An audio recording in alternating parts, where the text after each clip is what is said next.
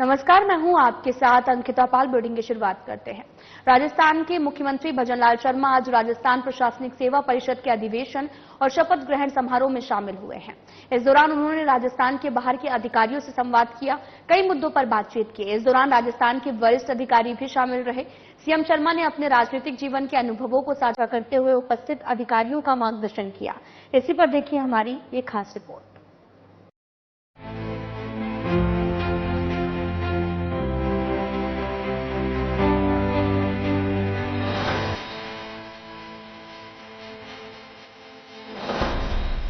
राजस्थान के मुख्यमंत्री भजनलाल शर्मा आज राजस्थान प्रशासनिक सेवा परिषद के अधिवेशन और शपथ ग्रहण समारोह में शामिल हुए और अधिकारियों को संबोधित किया। मुख्यमंत्री भजनलाल शर्मा ने अपने संबोधन में कहा कि नया काम नई ऊर्जा के साथ होता है। नई कार्यकारिणी को बधाई। काम करते हुए आपके अनुभव का लाभ राज्य सरकार को मिलता है। आपके अनुभव का लाभ मिले ऐसी अपेक्षा करता हूँ। प्रशासनिक प्रयासों को नई दिशा देने का एसोसिएशन काम करता है। सबसे पहले पवन अरोड़ा जी ही मुझे यहाँ लेकर आए थे। यह भवन बनाकर आपने ऐतिहासिक काम किया है। मैं सार्वजनिक जीवन में 40 वर्षों से हूँ। मैं आपकी समस्याओं को भी जानता हूँ। अनायास समस्या आती है, लेकिन जनता का प्रकोप आपके ऊपर आ जाता है। आप जाकर संभालते हैं, लेकिन फिर भी आप लोगों को सुनना होता है। सुनना आपकी जिम्मेदारी है। आप समस्या समाधान का काम करते हो। मैं लोकतंत्र की पहली सीढ़ी से यहाँ तक आया हूँ। उनकी रिपोर्ट आती है, मैं पूछता हूं, बहुत अच्छा काम करती है। कई हमारे अधिकारी बहुत अच्छा काम करते हैं। मुझे उन अधिकारियों का भी पता है। ऑफिस 6 बजे तक है, लेकिन वो रात को 8 बजे तक ऑफिस नहीं छोड़ रहे हैं, 9 बजे तक जा रहे हैं। अब उनको तो नहीं कहा महावीर जी ने कि साहब उनकी वेतन वृद्धि में कुछ कर दीजिए, ऐसा कहा क्या? ऐसा तो नहीं कहा। और उनको ये कल्पना भी उनके दिमाग में नहीं है। अगर ये कल्पना उनके दिमाग में होती तो 8 बजे तक और 9 बजे तक वो नहीं रुकते। और मैं आपसे कह रहा हूं, किसी भी ऑफिस में चले जाइए आप, 5, 10, 6, 7 कर्मचारी अधिकारी जो 24 घंटे काम करते हैं। कई लोग तो काम ही नहीं है। लंच का भी देखते हैं, लंच का कितना, अभी 15 मिनट है। वो लंच में बंद नहीं होगा, उससे पहले 10 मिनट पहले चले जाएंगे। लंच में आएंगे जब तो लास्ट में से लेंगे, अरे यार टाइम हो गया, चाय दे दो भाई, चाय पियेंगे, आधा घंटा उसमें भी निकालेंगे। शाम को होगा तो शाम को देखेंगे कितने बजे जाना है, कितने नहीं जाना है। आप ऑफिस में देख लेना, आप भी देखते हैं, आप भी भुगतते हैं उनको, आप भी खूब कहते हैं उनको। मुझे पता है आप भी कहते हैं काम है, पकड़ो इनको, इतने में जल्दी कैसे चलेगी, ये काम लाओ। अब मैं आपसे कहना चाहता हूं, उनसे ऐसा करिए, जब टाइम बजे 5:45, जब भी उनको 5 फाइल पकड़ा दीजिए, इनको करके ले आइए। मैंने देखा है ऑफिस 5, 6, 7 लोगों के भरोसे चलता है, बाकी का। मैं आपसे कहना चाहता हूं मेरे भाइयों, इस व्यवस्था को हमें सुधारना होगा, इस व्यवस्था को हमें ध्यान देना होगा। और वो कड़ी कोई नहीं है, और अगर वो व्यवस्था सुधारने की कड़ी है तो मेरे सामने बैठे आप सभी हैं जो उस व्यवस्था को सुधारने का काम करते हैं। कभी हम ये तो नहीं कहते कि हम 3 दिन नहीं आए, हमने काम नहीं किया, हमारा काम ये हो जाना चाहिए। हम जिस उद्देश्य के लिए आए हैं, जिस काम के लिए आए हैं, हमने वो कितना काम किया है। और नहीं तो वो स्थिति हो जाएगी। मेरे पास अभी जब मैं सीएम बना था ओटीएस में, मेरे पास 2 बुजुर्ग मिलने आए थे। दोनों बुजुर्ग थे, 80-82 साल के होंगे, रिटायर हो गए। विभाग भी उनका कोई अच्छा था, विभाग भी पूछा मैंने लास्ट में। तो मैं जैसे ही मैं मिल रहा था, निकल रहा था सबके सामने, तो मेरी सुनिए साहब, मेरी सुनिए साहब। मैंने सुनाइए दादाजी आपकी क्या है। बुजुर्ग थे कि मेरे बच्चे मेरे को रोटी नहीं दे रहे हैं, रोटी नहीं दे रहे। बोले साहब मेरे 4 मकान थे, 5 मकान थे, 3 मकान बेच दिए मेरे, और मेरे को घर से बाहर निकाल दिया। अब मेरे मन में भी बात, मैं जैसे ही निकला तो मेरे मन में भी बात आई कि 5 मकान थे, तो मैंने कहा आप क्या करते थे? कि मैं फलाना वो था, बताया उन्होंने, मैं बताना नहीं चाहता, मैं उसमें था, मैं उसमें था। तो मैंने कहा आपके 5 मकान? बोले हाँ साहब 5 मकान बनाए। तो मैंने कितना पैसा लिया तुमने? कितना लिया? बोले साहब मैंने 5 मकान बना दिए, वो बना दिए, इनको बना दिया, उसको बढ़ा दिया। मैंने कहा उसी का प्रताप है, आपने ले लिए, तो आपको अब निकाल दिया ना घर से उन्होंने। मैं आपको सत्य बता रहा हूं। उन्होंने कहा एक बेटा मेरा बाहर रहता है, वो 2 मकानों को बेच गया, इसने तीसरा मकान बेच दिया, चौथे मकान में वो रह रहा है, एक मकान किराए पे, और मेरे को उस मकान से बाहर निकाल दिया। मैंने कहा तुम्हारा कुछ नहीं होगा। मेरे को भी गुस्सा आ गया। मैंने कुछ नहीं होगा, तुमने जैसा किया वैसा तुम भर रहे हो, इसलिए मैं कुछ नहीं करूंगा। मैंने मेरे पुलिस वाले थे उनको कहा, मैंने कि बाबा को और बुढ़िया को दोनों को रोक लेना। मेरे मन में भाव आया, मैंने तुमने गलत कह दिया। मैंने उनसे कहा, मैंने कि तुमने जैसा किया वैसा तुम्हारे साथ हो रहा है। कोई भी अपने पिताजी की सेवा नहीं करेगा, मैं दावे के साथ लिख रहा हूं, वो संतान किसी की भी सेवा नहीं करेगी, आपकी भी सेवा नहीं करेगी। अगर हमारा बेटा, अगर हमारे बुजुर्ग की किसी की सेवा नहीं कर रहा है, तो आप भी कल्पना मत करिए कि वो भी नहीं करेगी आप। मैंने उनको रोका, रोक करके मैंने कहा, मैंने क्या बताइए क्या बात है? दोनों रोए बुरी तरह से। उन्होंने सारी बातें, क्या क्या बात कही वो नहीं बताऊंगा, लेकिन सारी बातें कह दी उन्होंने। मैंने कहा मेरे को पछतावा हो रहा है, मैं भगवान का भजन करता हूं, मेरे सामने ये स्थिति हो रही है। मैंने तुरंत फोन किया, फोन कह करके उसके लड़के को वहां बुलवा करके उन बुजुर्गों को वहां रखवाया। ऐसी स्थिति होती है साहब, लास्ट में स्थिति क्या हो जाती है पता नहीं है। वो हमारा जो घर में बच्चे तो रहते नहीं है, घर में जो हमारा वो 4th क्लास रहता है, जो हमारी सब्जी बनाता है, रोटी बनाता है, पानी पिलाता है, जब बुढ़ापे में जब हम कहते हैं कि अरे भाई इधर आ पानी ले आ, तो वो भी मोबाइल देखता रहता है। मोबाइल देखता रहता है, वो भी कहता ला तो भी ला रहा हूं, मोबाइल में पहले आ रहा है, इसको देख लेने दे। ये स्थिति होती है साहब। मैं आपको सत्य बता रहा हूं, कई मैंने देखे, आपने भी देखे होंगे। इसलिए मैं आपसे इतना ही कहना चाहता हूं कि हमारे इस जीवन को उस सार्थकता के साथ उस मोड़ पर ले जाएं जहां हमें हमारी जिम्मेदारी के साथ ईश्वर ने हमें काम करने का मौका दिया है। ऐसा नहीं है इस राजस्थान की 8 करोड़ जनता में से आज 350, 400, 500 लोगों को मौका मिला है, और ये ऐसे ही नहीं मिला। आपकी गिनती सम्मान से होती है। जहां भी समाज के अंदर अच्छे या बुरे काम में जब जाते हो तो लोग आपको नमस्कार की ढेर लगा देते हैं, लोग आपको उस सम्मान के साथ देखते हैं। ये ऐसे ही नहीं मिलता है। छोटी सी गलती उस सम्मान को भी ले जाती है। मैं अंत में आपको, जो आपकी नवनिर्वाचित कार्यकारिणी को मैं बधाई देता हूं। प्रदेश के हित में आपके निरंतर प्रयास रहें, ऐसी मैं आपसे अपेक्षा करता हूं। आपकी इस नई कार्यकारिणी को बहुत बहुत शुभकामनाएं, बहुत बहुत बधाई। और आपका ये संगठन बहुत बढ़िया है। आप यहां मेरे को बताया कि साल में कई कार्यक्रम भी करते हैं, और उन कार्यक्रमों के माध्यम से एक संदेश भी जाता है। और ये कार्यक्रम कभी इसको छोड़ करके ग्रामीण क्षेत्र में या गांव में भी करो, जिससे कि लोगों को मालूम पड़े। और ऐसे काम जिनके प्रति कई मैं देखता हूं, वहां मैं एक बात और कहना चाह रहा हूं। कई लोगों को मैं देखता हूं आप में से, ऑफिस का टाइम होता है, उससे अलग निकाल करके आप शिक्षण संस्थाओं में जाते हो। शिक्षण संस्थाओं में आप पढ़ाने के लिए जाते हो, कई आरएएस की कोचिंग में जाते हो, तो कई विद्यालय में जाते हो। मैं उसके लिए भी आपको बहुत बहुत शुभकामनाएं देता हूं कि आप उसके साथ साथ एक आने वाली पीढ़ी को भी सजग करते हुए उसको आगे बढ़ाने का काम करते हैं। दौरान मुख्यमंत्री भजनलाल शर्मा ने अपने राजनीतिक जीवन के अनुभवों को साझा करते हुए उपस्थित अधिकारियों का मार्गदर्शन किया। उन्होंने अधिकारियों को बताया कि आप जनता और सरकार के बीच की कड़ी हैं। आपसे जनता को बहुत उम्मीदें होती हैं। आपने जिस भावना के साथ इस पद को चुना है, उस भावना को याद रखते हुए आपका अपना कार्य करना है। ये याद रखना है कि कोई व्यक्ति जब आपके कार्यालय में पहुंचता है तो बड़ी उम्मीदें लगाकर पहुंचता है।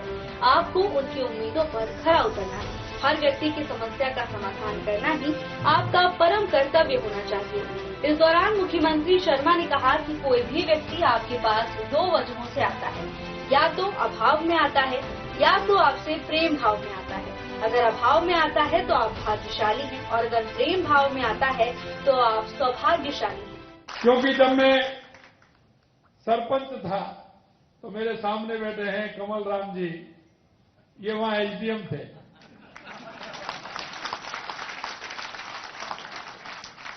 और मैं इसलिए कह सकता हूं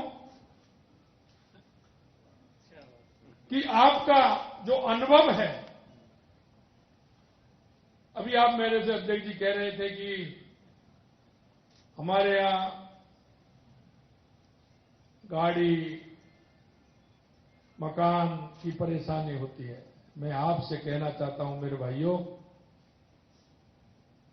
आपकी पहचान जहां आप रहते हो वहां आप अपनी पहचान रखते हो। लोग जब निकलते हैं तो कहते हैं, चाहे वो मकान है, लेकिन वो ये कहते हैं कि ये एसडीएम की कोठी है। ये आप निश्चित मान लेना, अंदर उसमें वो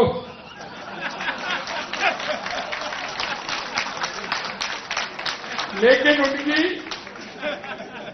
उसकी पहचान एसडीएम की कोठी की होती है।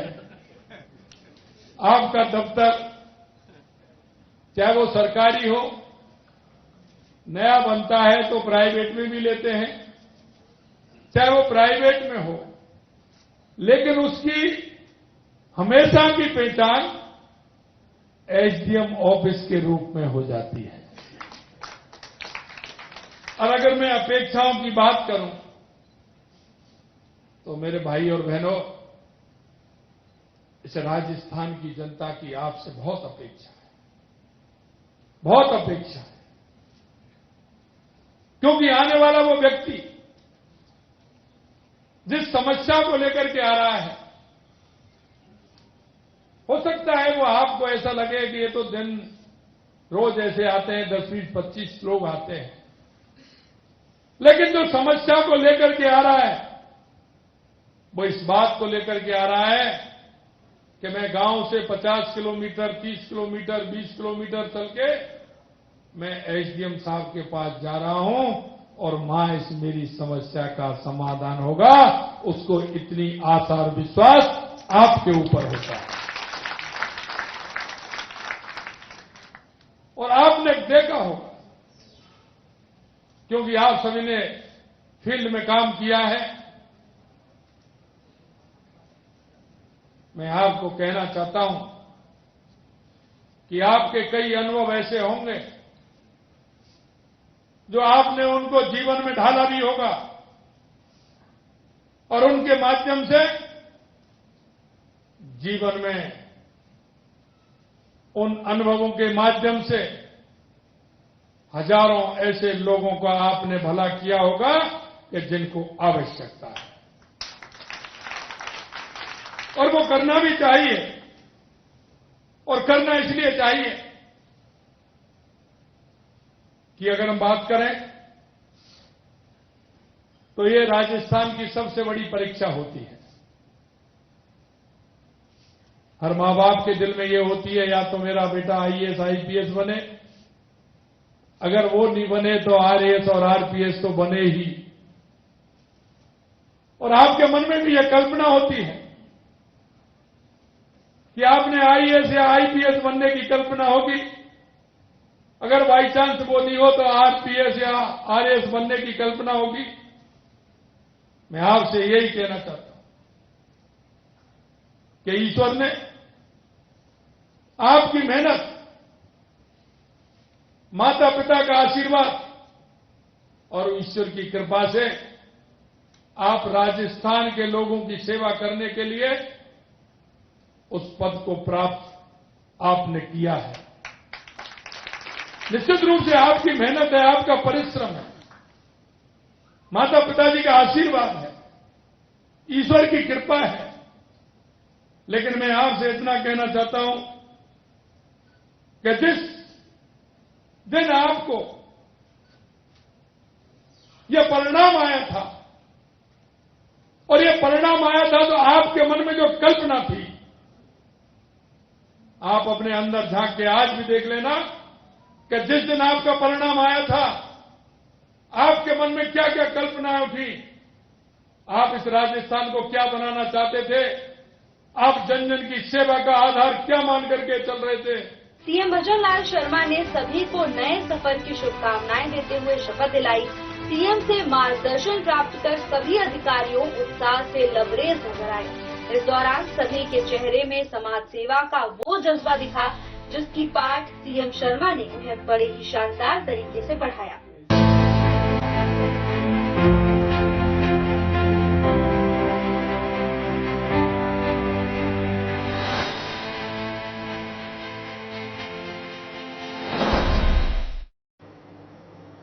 तो वहीं जयपुर में महावीर पब्लिक स्कूल में राजस्थान जैन सभा द्वारा सामूहिक क्षमापन पर्व समारोह आयोजित किया गया, जिसमें सीएम भजनलाल शर्मा ने शिरकत की। इस दौरान सीएम शर्मा ने जनता को संबोधित करते हुए कहा कि यह दिन हमारे आत्मिक शुद्धिकरण का पर्व होने के साथ साथ समाज के प्रति हमारी जिम्मेदारियों का स्मरण भी करवाता है। जैन धर्म में क्षमा याचना का बहुत महत्व है। उन्होंने कहा कि क्षमा याचना से आत्मशुद्धि होती है, जिससे संबंधों में सुधार होता है, मानसिक शांति और आध्यात्मिक विकास होता है। मुख्यमंत्री शर्मा ने क्षमा को सबसे महत्वपूर्ण बताया और कहा कि जाने अनजाने में हुई गलतियों के लिए क्षमा मांगी। उन्होंने कहा कि जैन धर्म ने पूरे विश्व को शांति और सद्भाव का संदेश दिया है। क्षमा ही जो है वो सबसे बड़ा आभूषण है। इस अवसर पर सीएम शर्मा ने 16 कारण व्रत के 32 और 16 उपवास, 10 लक्ष्मण पर्व के 10 उपवास करने और त्यागी व्रतियों का सम्मान भी किया है।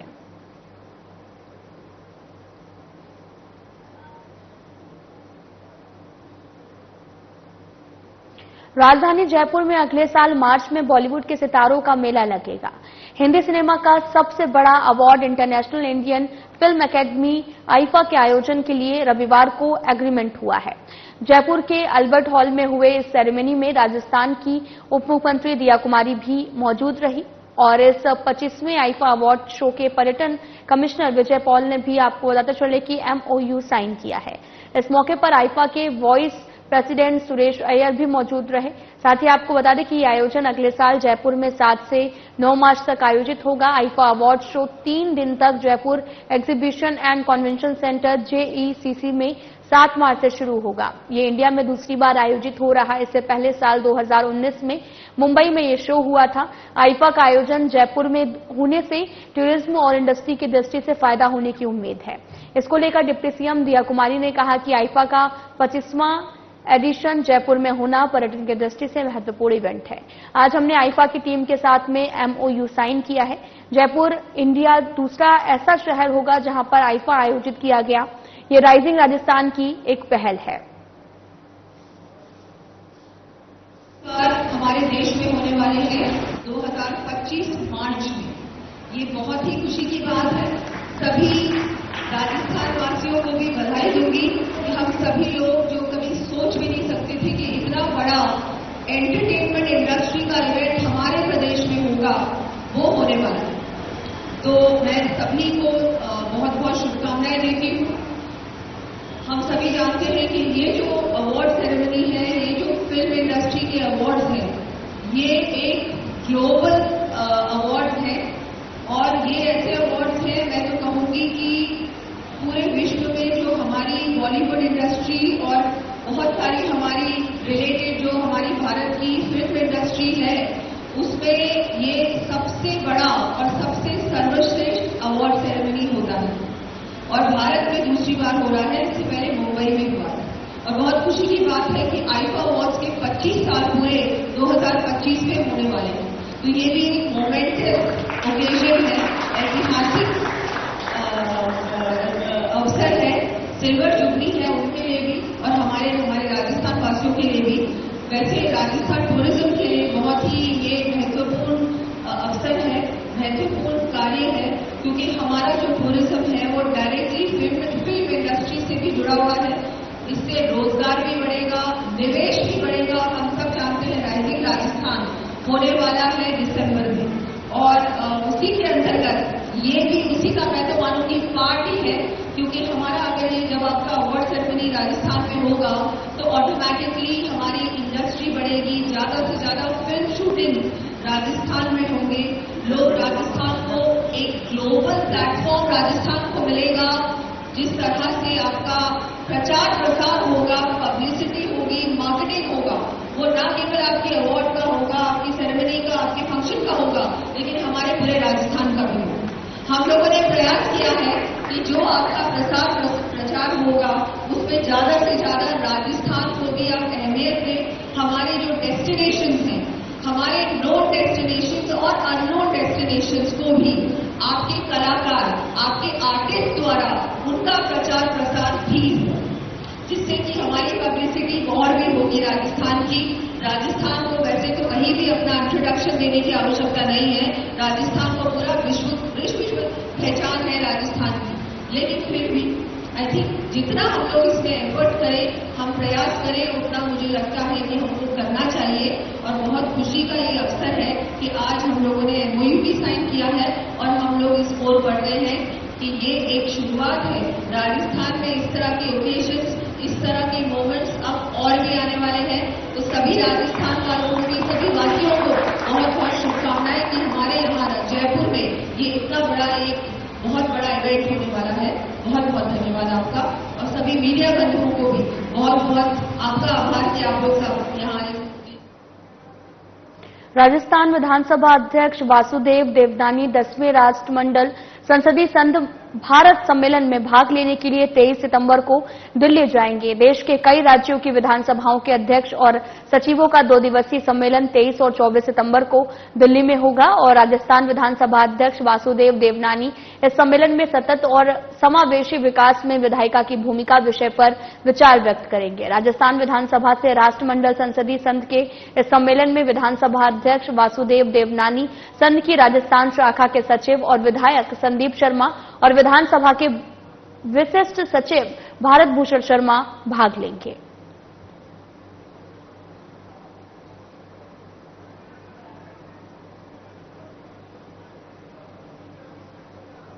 शेरगढ़ में राजस्थान शिक्षक संघ राष्ट्रीय उप शाखा शेरगढ़ के वार्षिक चुनाव रविवार को राजकीय उच्च माध्यमिक विद्यालय में संपन्न हुए हैं। इसमें स्वरूप सिंह और साथ ही आपको बताते चलें कि अध्यक्ष और संजय कुमार गोयल को महामंत्री मनोनीत किया गया है। समस्त कार्यकारिणी का चुनाव निर्विरोध होगा। इसमें सभा अध्यक्ष और हरमत सिंह, उपसभा अध्यक्ष धन सिंह और साथ ही गोविंद, वरिष्ठ उपाध्यक्ष अशोक कुमार गोयल, उपाध्यक्ष देवी सिंह, उपाध्यक्ष रंजना शेखावत और महिला मंत्री उर्मिला शेखावत, कोषाध्यक्ष तिलाराम दहिया, चैन सिंह और रेवंत सिंह भाटी को मनोनीत किया गया है। समस्त कार्यकारिणी का माल्यार्पण कर स्वागत किया गया। अध्यक्ष और मंत्री ने अपने संबोधन में कहा कि शिक्षकों की समस्याओं को दूर करने के लिए वे हर समय तत्पर रहेंगे।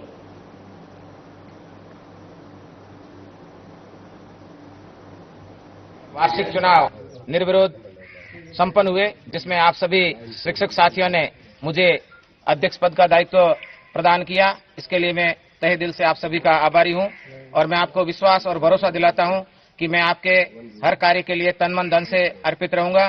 24 घंटे मेरा मोबाइल फोन आपके लिए खुला है। जो भी आपकी व्यक्तिगत या कोई सामूहिक समस्या हो तो आप मुझे अवगत कराएं। मैं और मेरी कार्यकारिणी हमेशा शिक्षक हितों के लिए दृढ़ संकल्प रहेंगे। और मैं सभी शिक्षक बंधुओं से निवेदन करना चाहता हूं कि आप जिस संगठन से जुड़े हैं, जिस तरह से उसमें राष्ट्रीयता की भावना है, तो अपने बालकों में भी आप राष्ट्रीयता की भावना का ओतप्रोत करें और इस देश का नाम रोशन करने के लिए, आप चहुमुखी विकास के लिए, बालकों के सर्वांगीण विकास के लिए तन मन धन से सहयोग करें। खबर बांसवाड़ा से है, जहां पर विद्या निकेतन मधुरेश्वर सभागार में भगवान बिरसा मुंडा युवा जनजाति गौरव कार्यशाला का आयोजन हर्षोल्लास के साथ संपन्न हुआ। इस कार्यशाला का मुख्य उद्देश्य वागड़ क्षेत्र के जनजातीय युवाओं को सही मार्गदर्शन देकर उन्हें सशक्त बनाना था, ताकि वे अपने भविष्य को संवार सके और समाज में अपना सकारात्मक योगदान दे सके। इस अवसर पर कैबिनेट मंत्री हेमंत मीणा ने युवाओं को प्रेरित करते हुए कहा कि भ्रमित होने की बजाय हमें अपने संस्कृति और परंपराओं पर गर्व करना चाहिए, आगे बढ़ने के लिए सही दिशा चुननी चाहिए।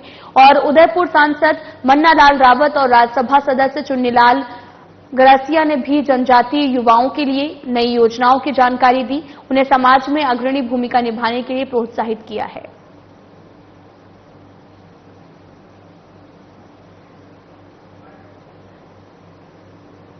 फिलहाल इस वीडियो में इतना ही। नमस्कार।